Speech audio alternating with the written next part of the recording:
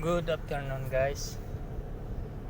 Dito kami sa Arga at nag-aantay ng customer.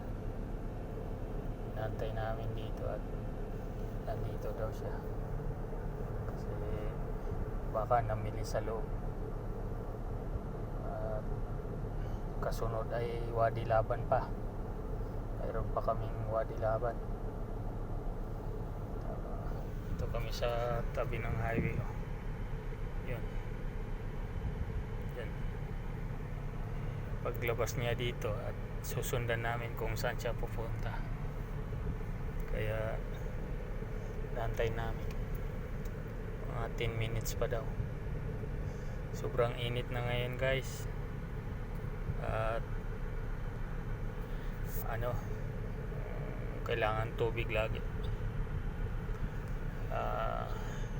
Maraming salamat nga pala doon sa mga nag-subscribe sa aking YouTube channel, yung nag-follow sa aking